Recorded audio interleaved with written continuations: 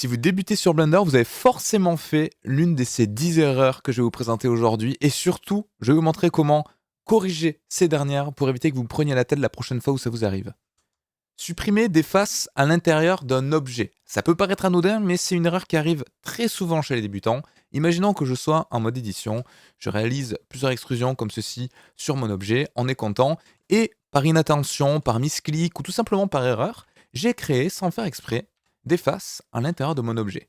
Donc par exemple, des faces ici, une face là, voire même une face en mode un petit peu oblique comme ceci. Alors on peut se dire, moi je vois pas trop en quoi ça pose problème, c'est pas forcément visible. Mais quand je vais rajouter des opérations, comme par exemple le Subdivision Surface, ça va faire ceci.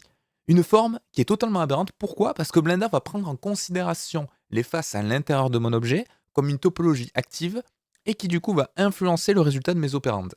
Donc pour changer ça, plusieurs possibilités. On pourrait se dire, ok, je passe en mode édition, je sélectionne les faces et j'essaie de voir un petit peu ce qu'il y a à l'intérieur. Déjà, vous allez voir qu'en voulant en sélectionner une, ça va peut-être sélectionner celle qui est au-dessus. Bon, source d'erreur, c'est pas pratique. On a une option dans Blender qui permet automatiquement de sélectionner tout ce qui est à l'intérieur d'une géométrie. Il suffit pour cela d'aller dans Select, Select All by Trait et Interior Faces. Et automatiquement, vous voyez qu'il m'a sélectionné les faces de l'intérieur. Et là, le tour est joué, j'ai juste à faire un X, Faces. Et maintenant, si je rajoute par exemple avec CTRL3 une subdivision, j'ai bien quelque chose qui est cohérent. Je n'ai plus de face à l'intérieur de mon objet. Utiliser des duplications dynamiques instanciées, c'est un gros point positif de Blender, c'est extrêmement simple. Malheureusement, la plupart du temps, les débutants, quand ils vont vouloir dupliquer un objet, ils vont utiliser Shift D. Alors Shift D, ce qui est cool, c'est qu'en apparence, ça fonctionne. Je peux faire plusieurs duplications comme ceci. Mais maintenant, imaginons que je vais changer une partie d'un shader, que je vais changer une partie d'une géométrie, par exemple, faire une opération comme ça, et l'impacter partout. Mais là, de manière simple, c'est assez compliqué maintenant de retomber sur nos pattes et de rajouter une dynamique entre tous les assets. Pourquoi? Parce que Blender, sous le capot, regardez juste ici, il va à chaque fois calculer une nouvelle géométrie. Donc j'ai plusieurs fois le même objet en apparence, mais en fait dessous il y a une géométrie qui est censée être similaire et qui en réalité est calculée plusieurs fois. Alors comment je peux faire pour faire une véritable instance dupliquée? Mais c'est très simple, c'est juste le raccourci clavier qui change. Je vais sélectionner mon asset de base, et au lieu de faire un Shift D, je vais faire un Alt D. En apparence, c'est la même chose que tout à l'heure, hein, jusqu'à là pas de problème. Mais par contre, si je passe en mode édition et que je déplace ici les points, regardez ce qui se passe en temps réel, ça va le modifier partout. Et intéressant, si je regarde dans l'outliner, vous remarquez que cette fois-ci, Blender, il a exactement la même géométrie à chaque asset. Alors le gros avantage, c'est que c'est dynamiquement lié. Quand vous changez le shader, ça va le projeter partout. Quand vous changez la géométrie, ça va le projeter partout. L'inconvénient, c'est que si vous voulez rajouter de la variation, vous êtes obligé de briser les instances. L'autre gros point positif, c'est que ça va rajouter une optimisation dans le calcul de votre scène, déjà dans la viewport, et également au moment du rendu. Pourquoi? Parce qu'il va mettre qu'une seule fois la géométrie dans votre RAM ou votre VRAM, en fonction de ce que vous utilisez comme matériel de rendu, et ça, c'est ultra optimisé. Imaginons un arbre que vous dupliquiez 500 fois dans votre scène, si vous n'utilisez pas le Alt-D, il va encapsuler et mettre dans sa mémoire 500 fois le même arbre, mais qu'il considère comme différent. Alors que là, avec une instance, il va le faire qu'une seule fois, donc le rendu sera bien plus rapide et vous allez optimiser la mémoire de votre scène. Séparer des éléments qui sont dans la même géométrie, c'est un problème qui arrive très souvent quand on débute sur Blender. Par exemple, je suis en mode édition, je rajoute avec Shift A un cube, je passe ensuite en mode object, je vais déplacer ce cube, et en fait, il est encapsulé dans ma géométrie. Donc comment je fais pour séparer un asset? C'est très simple, il s'agit de faire P, Selection, et j'ai bien créé un asset différent. Maintenant, petit bonus, imaginons que je veuille séparer tous ces éléments-là, je pourrais essayer de les sélectionner un à un, c'est assez compliqué, sachant qu'en plus, ils passent à travers mon objet. On a une touche magique, il vous suffit de survoler une partie de l'asset, d'appuyer sur L, et il va sélectionner ce qu'on appelle les faces liées. Et cette fois-ci, vous voyez qu'il m'a bien sélectionné toute cette sphère, à l'exception de tous les petits éléments qu'il y a dessus. Donc si je fais P, Selection, vous voyez que maintenant, j'ai bien cet asset qui a été séparé. Autre astuce, on peut sélectionner ici mes éléments, tout sélectionner, faire un P, by loose part, et maintenant, il va séparer tous les éléments qui n'avaient pas de géométrie liée. Donc tout ceci, ça permet de séparer les éléments pour passer de l'edit mode à l'object mode et avoir des objets indépendants. Ultra pratique. J'en profite au passage, chose que je fais extrêmement rarement, je crois que je ne l'ai jamais fait dans aucune vidéo, mais une personne sur deux qui regarde les vidéos ne sont pas abonnés à la chaîne YouTube. Alors si jamais ça vous intéresse de ne pas louper le contenu, de suivre la formation de manière un petit peu plus assidue, ou tout simplement de soutenir, c'est le meilleur moyen de soutenir gratuitement la chaîne, vous pouvez vous abonner, c'est totalement gratuit et ça coûte un seul clic. Merci d'avance. Pensez à préciser à Blender quelle API d'optimisation matériel graphique vous utilisez lorsque vous faites un rendu GPU.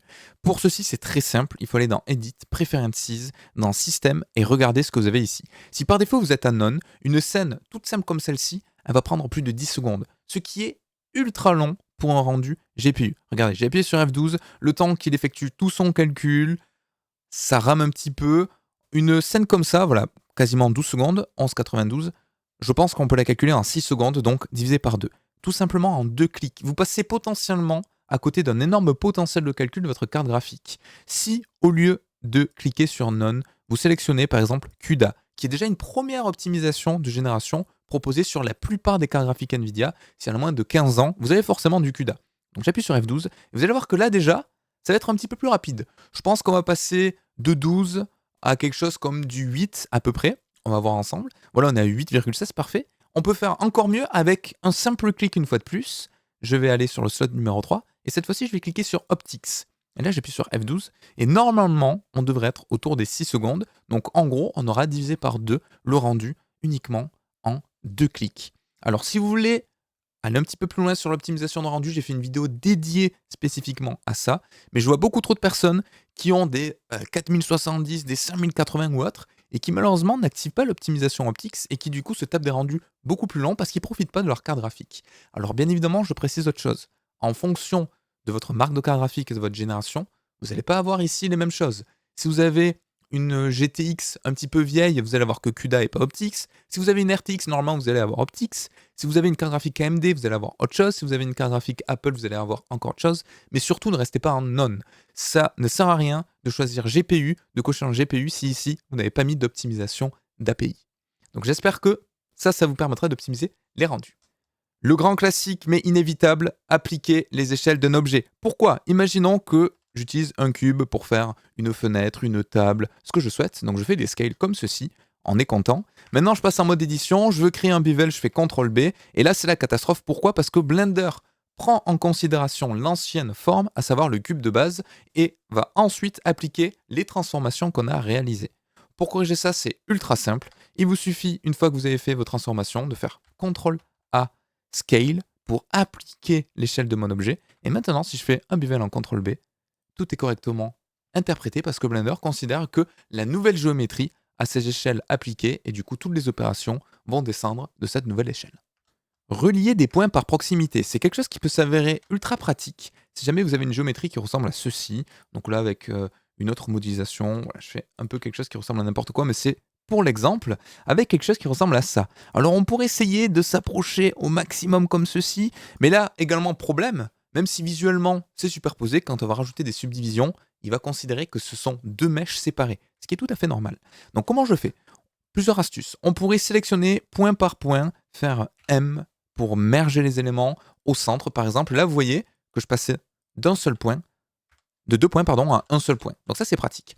Mais on a une option qui permet de dire à Blender, ok, tu me prends toute ma géométrie et en fonction de la proximité, tu viens me les merger, donc me les fusionner. Comment ça marche ? Je vais tout simplement tout sélectionner avec A, je vais faire un M et je fais le by distance.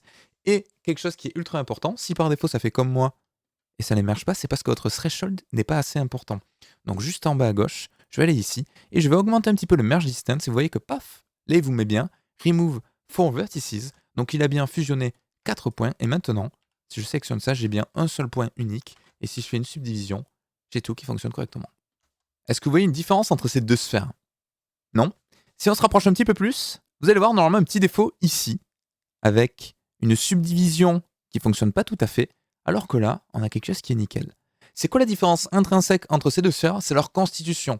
Celle de gauche, c'est la UV-sphere de base, donc on a un pôle basé sur des triangles, ce qui n'est pas top du tout en termes de topologie. Celle de droite, c'est uniquement des quads. Alors comment faire une sphère en mode quad ? C'est extrêmement simple. Je vais rajouter un mesh de type cube, et non pas le UV-sphere qu'on utilise habituellement. Dans des exemples très précis, mais la plupart du temps, le cube va faire l'affaire. Je vais faire CTRL 3 pour ajouter une subdivision surface. Je vais faire CTRL A pour l'appliquer. Et cette fois-ci, on a bien une subdivision, mais il n'est pas parfaitement sphérique. Donc je vais appuyer sur tabulation pour passer en mode edit. Avec F3, je vais chercher la fonction toSphere qui permet de sphériser mon asset. Je vais écarter au maximum mon curseur juste à avoir quelque chose qui est comme ceci. Je peux un petit peu rescale pour avoir la même échelle qu'à côté. Je vais faire clic droit, Shade Smooth, et ça y est. J'ai ma sphère entièrement constituée de quads. Je peux même faire un CTRL 3 par-dessus pour rajouter à nouveau une subdivision et tout fonctionne correctement. Plus de problèmes d'affichage et de topologie grâce à ça, que ce soit pour du rig, pour de l'animation ou autre. Le quad va être ultra pratique. On va refaire le même jeu. Est-ce que vous voyez une différence entre ces deux sphères? A priori, non. Pourtant, si je vous dis que celle-ci a seulement 2000 faces, alors que celle-là en a 500 000, alors ça peut paraître un peu aberrant, mais il y a beaucoup de personnes qui font ça, qui ne connaissent pas forcément ce qu'on appelle le shading smooth. Donc globalement, on a le même rendu visuel, pourtant celle-ci a beaucoup plus de faces. Pourquoi? Parce qu'une erreur de débutant, c'est de rajouter par exemple, on va dire une UV sphere, même si par rapport à ce qu'on a vu précédemment, c'est pas forcément cohérent. Et au lieu de faire une subdivision toute petite comme, on va dire une valeur de 1, qui est amplement suffisant, et faire un clic droit Shade Smooth, qui va adoucir l'interprétation des faces pour la rendre lisse, mais certaines personnes vont plutôt rester en mode Shade Flat et augmenter cette valeur-là jusqu'à avoir quelque chose qui est imperceptible. Alors effectivement, visuellement, on a la même chose, mais c'est beaucoup plus lourd et pas du tout optimisé. Donc utilisez bien le clic droit Shade Smooth quand vous voulez lisser une surface pour la rendre beaucoup plus douce au lieu de faire des valeurs beaucoup trop élevées. D'ailleurs, au passage, astuce intermédiaire, là, cette valeur-là, c'est très rare qu'on dépasse les 3. Donc si vous devez aller au-delà de 3, c'est peut-être que votre topologie, par défaut, n'est pas forcément bien conçue, que vous avez oublié tout simplement d'activer le Shade Smooth. Mais d'une manière globale, dans Blender, ne bourrinez pas les settings. Pareil, si vous faites un rendu, je vois beaucoup de personnes faire des rendus en 18K, donc 18 000 pixels de haut, ça ne sert absolument à rien. Il faut bien vous mettre en tête qu'il y a des manières d'optimiser les choses en 3D. C'est un petit peu le nerf de la guerre, hein, parce que sinon vous allez obtenir des scènes beaucoup trop lourdes. Donc peaufinez bien les détails en fonction de ce que vous voulez obtenir plus tard. À prendre en considération également la plateforme sur laquelle vous allez envoyer potentiellement vos rendus. Ne faites pas un rendu 4K ou 8K si c'est pour du Instagram qui va compresser de fou dans tous les cas votre image. Donc faites bien attention à ça, sinon ça va ramer et c'est tout à fait normal. Utilisez le modifier Bevel pour le rajouter automatiquement de manière procédurale. Imaginons que vous êtes en train de modéliser un asset en mode Art Surface comme on a sous les yeux et que vous voulez rajouter des bevels sur tous les edges. Beaucoup de personnes sélectionneraient tous les edges individuellement, comme ceci, avec Shift Alt. Alors vous voyez qu'au passage déjà, on va en oublier. C'est extrêmement long. Après, on fera un CTRL B. Ok, parfait. On rajouterait des subdivisions comme ceci. Et là, si je veux modifier mon bevel, je peux plus. Parce que ça a été encapsulé, collapsé dans ma géométrie. Une autre méthode qui est beaucoup plus simple, qui est dynamique, qui est optimale, qui est optimisée et qui est non destructive, c'est de rajouter un modifier de type bevel. Automatiquement, il va vous rajouter des bevels partout. Vous pouvez même choisir l'intensité de ces derniers avec le amount. On va le réduire par exemple comme ceci. Je vais rajouter 3 segments en subdivision. Je vais faire un clic droit chez Auto Smooth. Je peux même rajouter avec CTRL 2 un petit Subdivision Surface. Et là, j'ai mon bevel qui a été fait. Et de manière dynamique, je vais pouvoir l'ajuster si jamais il ne me va pas. Donc ça, c'est quand même ultra pratique. Et c'est ce qu'on appelle du non-destructif procédural parce que c'est basé sur un modifier. Donc ne vous embêtez plus à rajouter tous vos bevels à la main. Vous avez même des options avancées si jamais ça vous intéresse pour définir les endroits où vous voulez l'effectuer. Et maintenant, imaginons que je passe en mode édition, que je rajoute ici avec Alt-E une extrusion langue normale. En temps réel, vous allez voir que ma nouvelle extrusion va bien prendre en considération le bevel. Donc c'est quand même ultra pratique. Empaqueter les ressources utilisées par Blender. Qu'est-ce que ça veut dire? Par défaut, quand vous importez par exemple une texture dans Blender, vous ne l'importez pas vraiment. Vous créez un lien dynamique vers celle-ci qui va pointer vers un fichier. C'est ultra pratique parce que si vous avez des centaines de textures, vous pouvez avoir un petit peu une organisation, voir quelque chose sur le réseau, quelque chose en local, ça marche très bien. Par contre, si vous voulez envoyer votre scène à quelqu'un, c'est plus problématique. Parce qu'il vous faut envoyer à la fois le point blend, plus tout ce qui gravite autour, tout ce qu'on appelle les ressources. Il y a moyen dans Blender de faire ce qu'on appelle un pack ressources pour dire à Blender, tu me mets dans le point blend, tu m'écrases, tu me zippes entre guillemets, tu me compresses, tout ce qui est présent dans mon point blend, comme ça j'ai juste à envoyer ce point blend et il y a tout dedans. Alors ça peut devenir assez lourd, mais pour une scène simple, comme j'ai sous les yeux, c'est ultra pratique. Imaginons là que j'ai un HDR qui s'appelle HDR.mixer qui est présent juste ici. Donc je vais enregistrer ma scène Blender et j'envoie ma scène à quelqu'un. Donc ça veut dire que cette ressource-là, elle est plus présente là, elle est présente par exemple dans un autre dossier. Donc je vais appeler New. Et en fait, mon HDR, il est ici. Vous voyez que dynamiquement, Blender, il arrive toujours à garder en mémoire l'ancienne texture, donc il n'y a pas de problème, parce qu'il a mis en RAM, en VRAM, ça dépend si vous avez l'ancien rendu ou autre. Par contre, si vous faites un file revert, donc en gros, si je réouvre mon fichier et que je passe en mode rendu, catastrophe, il a perdu la texture. Donc ça, en faisant un pack, ça ne serait pas arrivé. Je vais vous montrer l'opération inverse. Je vais pointer vers mon HDR juste ici et je vais faire un file external data pack resources. Et vous allez voir que là, alors il y a des choses qui ne peuvent pas impacter, c'est tout à fait normal, mais la plupart des choses, il les a mis directement dans sa mémoire. Et donc là, ce qui est ultra pratique, c'est que maintenant, si je retourne ici, hop là, juste là, mon new, je vais faire un CTRL X et je vais le remettre juste ici. Et maintenant, si je fais un file revert, il est en mesure de me ressortir ma texture. Pourquoi? Parce qu'il a mis directement en local dans son point blend. Donc ça, c'est ultra pratique pour envoyer des fichiers, par exemple, si ça vous intéresse. C'est la fin de cette vidéo sur les 10 conseils aux débutants, mais pas que. Peut-être que même si vous connaissez un petit peu mieux Blender, il y a des choses à droite à gauche qui vous ont intéressé. J'en profite également pour vous remercier d'être de plus en plus nombreux à suivre toutes les vidéos que je propose sur YouTube, à suivre également mon contenu sur Twitch. Le lien est juste ici si jamais ça vous intéresse. C'est twitch.tv/MichaelTV. On fait de temps en temps, notamment les dimanches, plein de petits trucs en 3D, des petits projets ensemble ou autres. J'en profite également pour remercier tous les gens qui me soutiennent sur Tipeee. Là aussi, si jamais le cœur vous en dit, tout sera dans la description et en commentaire épinglé pour soutenir la chaîne. Merci beaucoup à vous et je vous dis à très très vite pour une prochaine vidéo sur Blender. Ciao tout le monde, à plus.